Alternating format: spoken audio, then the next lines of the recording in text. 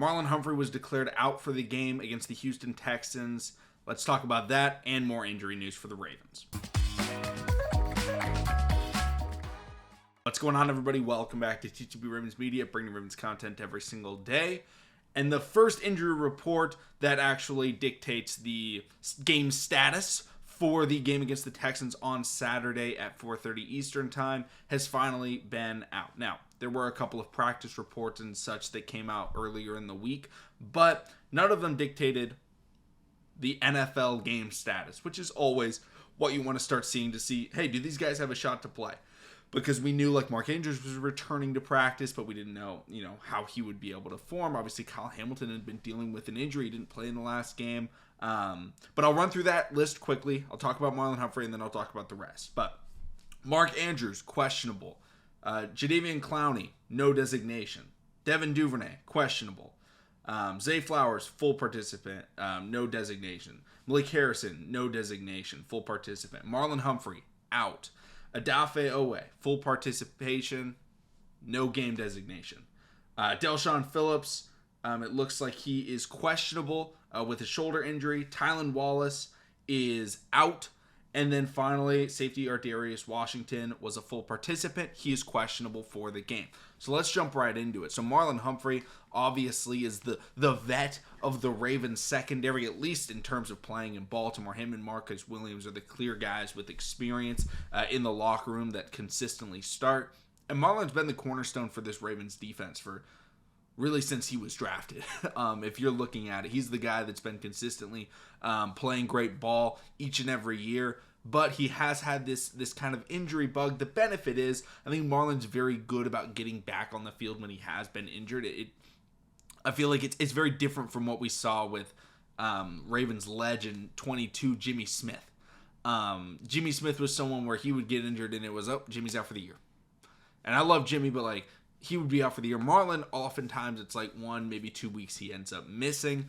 This looks to be like one of those situations. So he hasn't practiced in a long time. He's going to miss the game, which is unfortunate because obviously Marlon is our number 1 cornerback. But unlike in recent years, I have confidence in our number 2 cornerback to be a lockdown guy. I fully believe in BS ball skills Brandon Stevens to be that number 1 cornerback, especially because, I mean, if we were going up against the Bills, the Dolphins, the 49ers, trying to think of playoff teams with like really elite number 1 wide receivers, but like other like AJ Brown on the Eagles, I'd be really worried. And that's not to say I don't think Nico Collins is great. I think Nico Collins is an absolute stud. We talked about him all the time coming out of Michigan.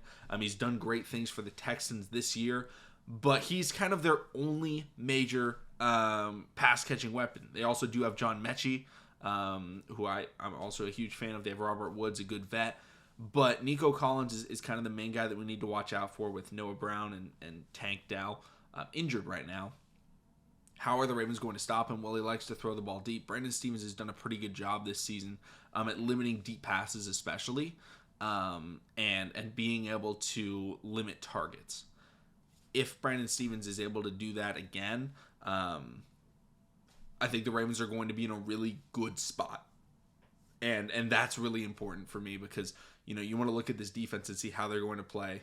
As a unit, we do have all of our safeties, right? So we do have our help. We have our cornerbacks, because Marlon Humphrey looks to be the only corner that is getting a game status for this game, which is great. Knocking on wood in case any other injuries or anything like that. But yes, Marlon Humphrey is going to be out.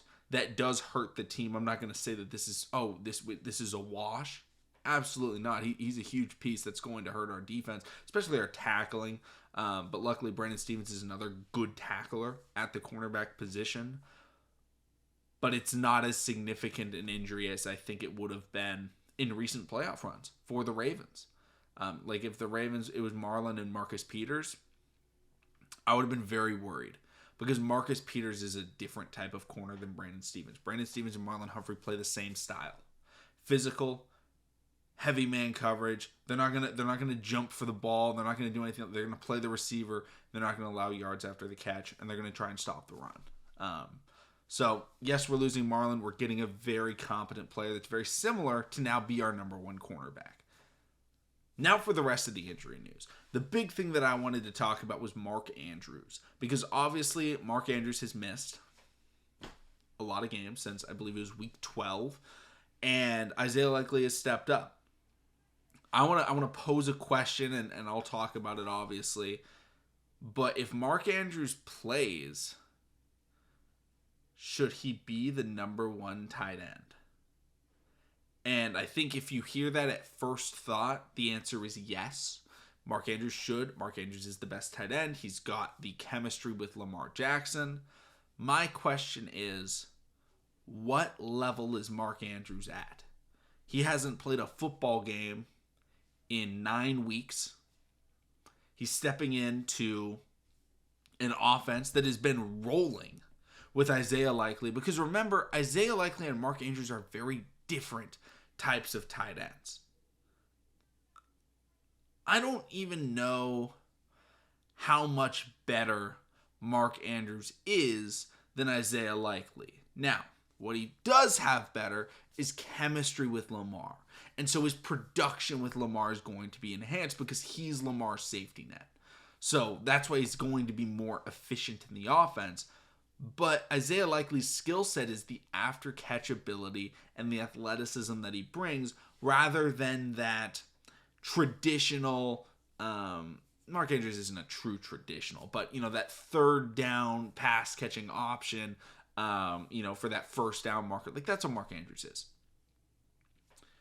Isaiah Likely is get him in space, let him run, and he's going to beat you, because one of the benefits that he has is he's forgotten about, right? Mark Andrews, there's a target when Mark Andrews is out on the field. And I think the Ravens are going to utilize a lot more two tight end sets with Mark Andrews. But the way that the offense has been run, it's like been called very, very well from Todd Monken, getting the tight ends involved and not in a forcing manner.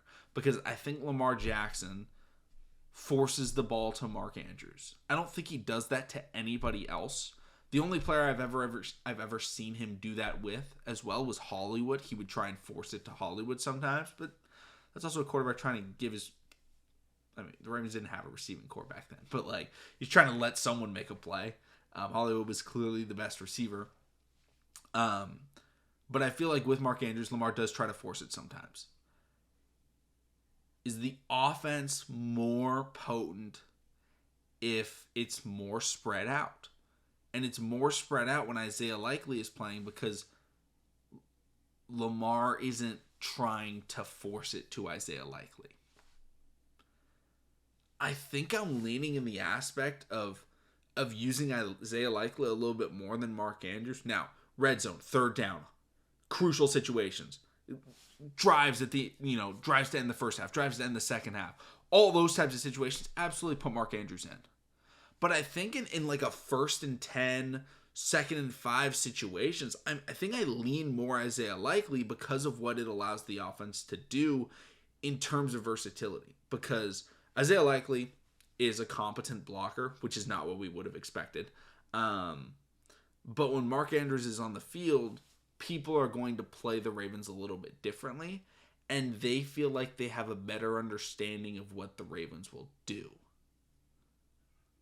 Now, at the same time, this could be just a comparison of the pre-Week 12 offense as Todd Monken was learning, adapting, adjusting his scheme to the post-Week 12 offense when we got off the bye week and all of a sudden everything started rolling for the offense. And you go, oh, okay, they now know what they want to do. Maybe that's what it is in the offense being more open and more diverse. Or it's Lamar really wants to get Mark Andrews the ball. I don't really know. That's something for the coaches to look at and analyze. How do they want to run things differently with Mark Andrews versus Isaiah Likely? Because they are different players.